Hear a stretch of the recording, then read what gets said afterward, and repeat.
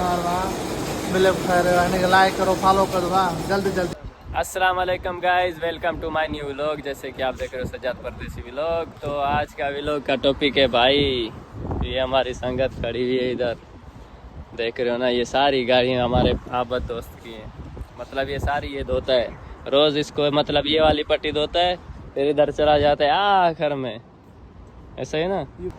तो गाइस तो चलते हैं। ये मेरा हमारा है, तो इसमें 46 घर हैं, 8 दौर का फ्लोर है, मतलब 8 दौर की बिल्डिंग है। ये पूरी 8 दौर की बिल्डिंग है। जैसे कि मतलब ऊपर नीचे से इसका पार्किंग है कारों का, देख सकते हो।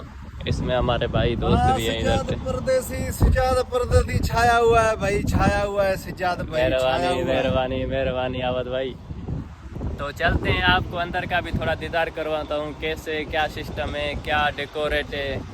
चलते हैं।